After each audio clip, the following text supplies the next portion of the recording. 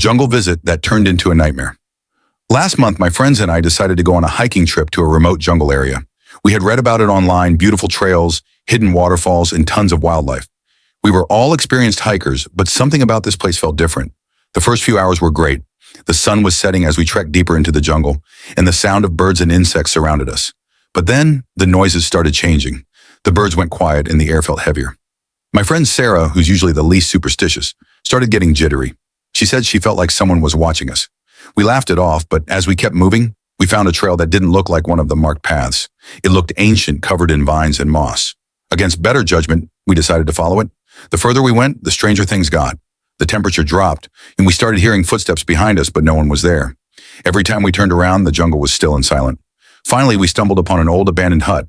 The door creaked open when we pushed it, and inside the walls were covered in strange symbols. I don't know why, but we went in. Suddenly, we heard what sounded like whispers, faint and distant at first, but growing louder. It was like the jungle itself was speaking to us.